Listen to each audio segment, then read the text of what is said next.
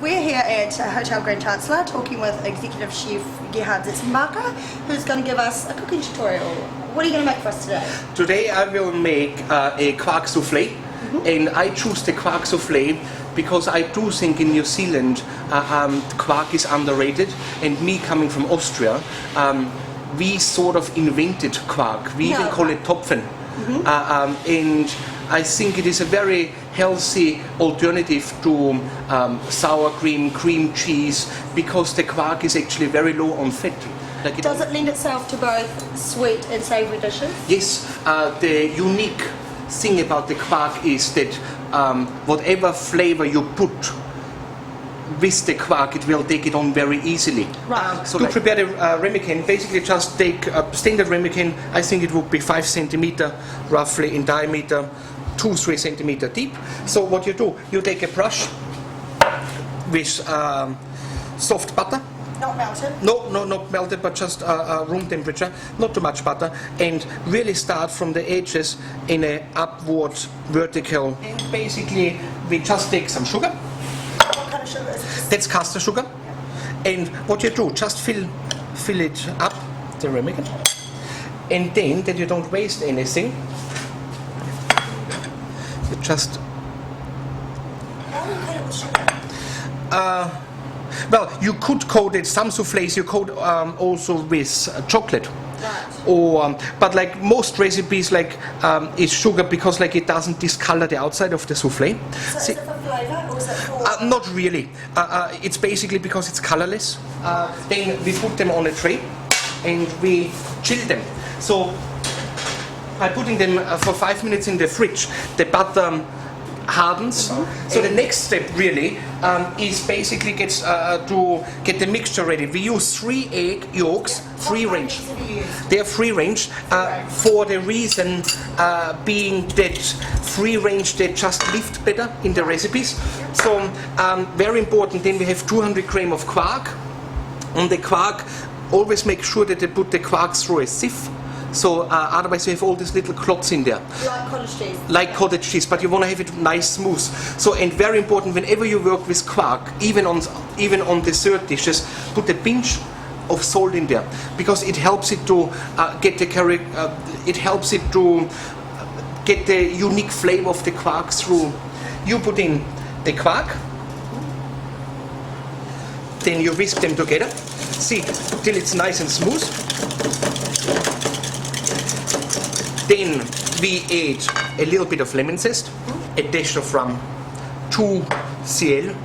Then we put in real vanilla beans. So then you whisk this all nicely together. Be careful that you distribute the vanilla beans nicely. And here we come to the next step, and that's the egg whites, beating the egg whites. For this one we just use an ordinary cake maker. Yeah, sorry. And you put 4 egg whites in there. 3 yolks but 4 3 yolks but 4 egg whites. It needs a little bit more egg whites to get this whole thing going. So switch it on straight away on the highest setting. Really. Whenever you use egg whites, put a pinch of salt in there. Pinch of salt, and also use your lemon what you had before, and trickle a little bit of lemon juice in there. So we put the sugar in, like maybe on 3 parts. Put the first part in, wait a little bit, count in your head the octane, you know. Then we put the other third in. Nice meringue, nice shiny. That will do. So what you do then?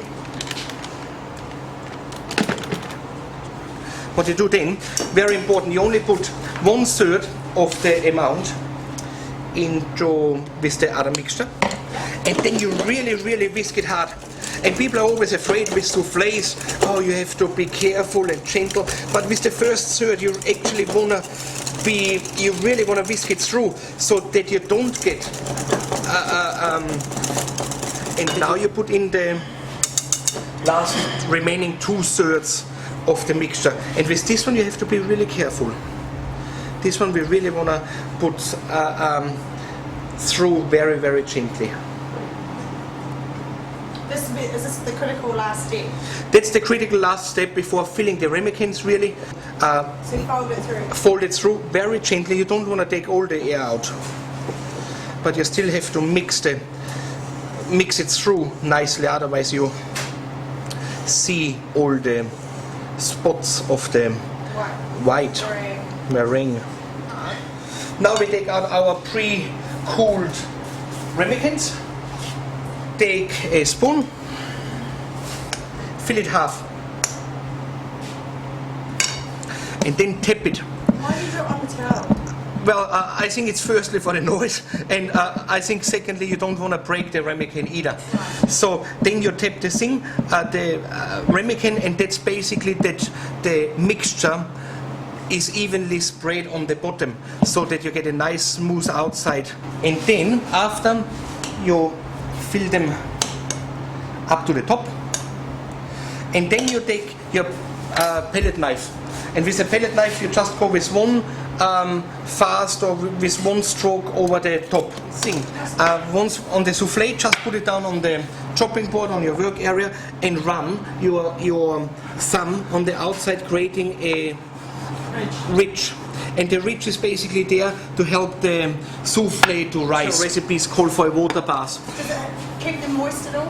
Steam? You know? Well, the difference is like if you would cook them just on heat, they would use less. They only would use 10 minutes instead of 12, right. And quite often it overcooks the egg. And then we just put them in the preheated oven.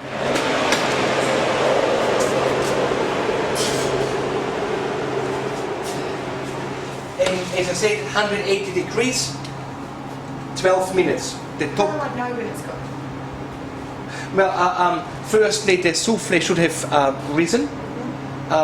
Most, like this souffle should rise roughly 1.5 centimeter, 1.5 centimeter on top of the ramekin, and you will see like it will have a nice brown color. Right. And then that's like how you know the souffle is done. And the 12 minutes is up, time is up. See how lovely risen they are. And we take them out. We just put some icing sugar there, straight away. Wow! And that's how a souffle should look.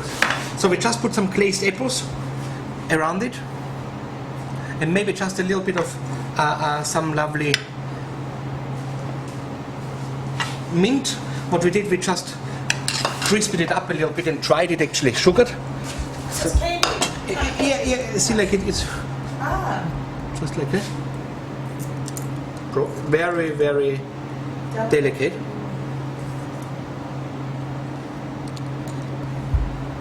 And like, just put a little bit berry coulis and let it run down. Beautiful.